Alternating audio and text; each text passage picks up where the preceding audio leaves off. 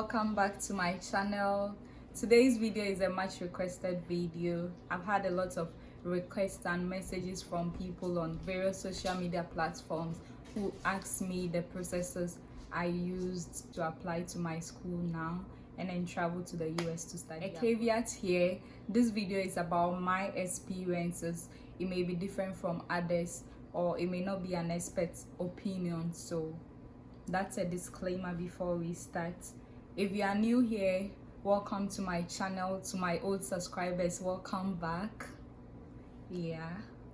Don't forget to subscribe and also hit the notification button so that whenever I upload a new video, you'll be one of the first to be notified. So in my own journey to coming here to study in the US, these are the steps that I took. So first of all, you have to decide on the program that you want to do and then find schools that offer that particular program that you are looking for.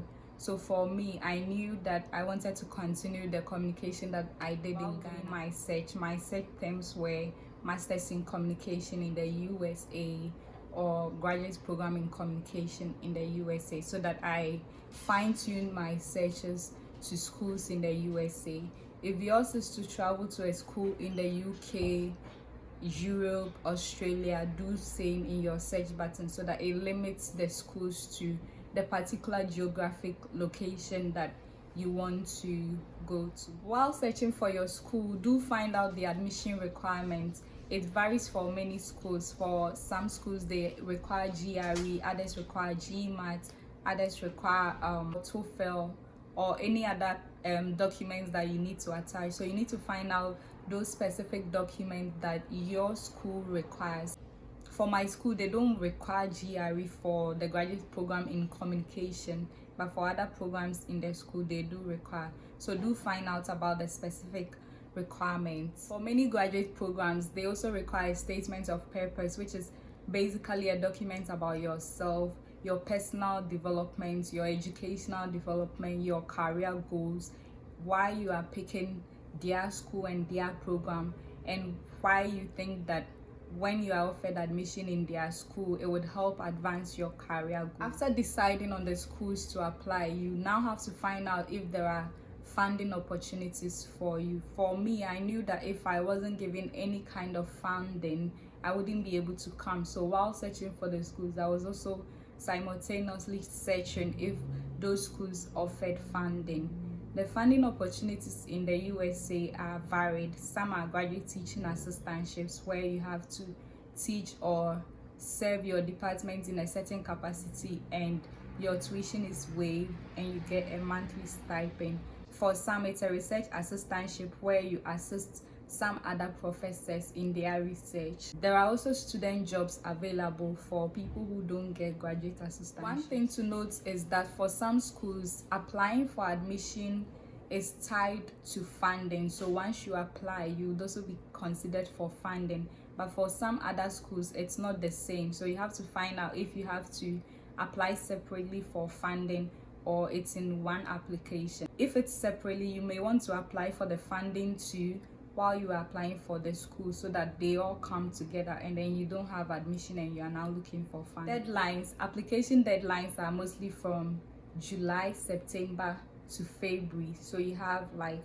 from July to search your schools and then start applying up to February to submit all of your documents. Many schools start reviewing applications in February. While applying, there may be many people that could help you. Some of these people are students who are already in the program, or your graduate coordinator, or the international students offices. So in applying, if there is any part of the application process that you do not understand, you may want to reach out to these people to help you. For me, I did email our graduate coordinator a lot.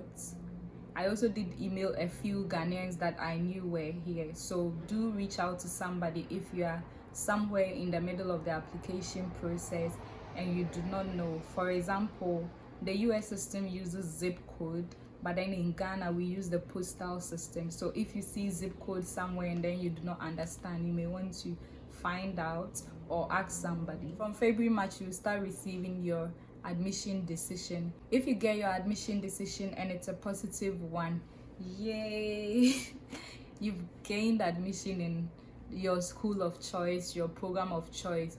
The first thing to do is to acknowledge receipt of this admission letter, because it's mostly sent via email. You have to thank them for considering you and show your excitement to be part of the cohort for that year. In accepting your offer of admission, you have until April 15th to do that. This is what they call the April 15th resolution that is agreed upon by the Council of Graduate Students. So what this means is that you have up till April 15th to accept your admission. If you don't, then maybe they may move to the next person on the waiting list. After you've accepted your admission, now is the time to start the visa processing. To start this visa processing, you first of all need to prove your financial capability. Regardless of the type of funding you had, whether 100%, whether tuition waiver, full scholarship or whatever, you still need to prove a type of financial muscle to be able to admitted into the US, because the US doesn't want students who will come to their country and then become a burden onto them. So to prove financial capability, you need to attach a bank statement and also a letter of sponsorship from your parents or any family member that gave you the bank statement, showing that they would foot the rest of the bills that is not covered by your funding source. Now you need to scan your bank statement and then the sponsorship letter and email to your school, who will then forward to the necessary department, who will generate a unique number called the SEVIS number. And with the SEVIS number, it comes with your I-20. So the I-20 contains information about the particular school that you are coming to in the US, and then the duration of your program, which will aid the officials at the US Embassy to know how much time to give you on your visa. The next step is to pay your service fee. The service fee has to be paid with a credit card or a Visa debit card, but mostly countries in West Africa have been banned from paying due to one or two reasons. So what I did was to reach out to somebody who was here to pay that money for me, and then I sent the equivalent of the money to his sister in Ghana. So mostly that's how it works. But then if you have a credit card that is acceptable for payment in the USA, you can go ahead and pay it. From there, you need to pay your visa application fee. In Ghana, mostly the bank that is chosen for this is GT Bank. So I paid my visa application fee at GT Bank. Then you go to the US Embassy website and you book an appointment for your visa interview. There are several dates that are listed as available, and then you choose the one that is convenient for you. For me, I found that the earliest available date was August 31 or so, which would have been way late because in my school I was required to be here by August 12. So now what I did was I applied for an emergency appointment, which gave me an earlier date for my visa interview. At the visa interview, there's no hard rules about how to present yourself for the visa interview. You just have to be confident in yourself because you have done well by gaining admission in a good US school. You have funding, you have all the necessary documents that you need. You have your passport, which is still valid. You have your sponsorship letter and your bank statement.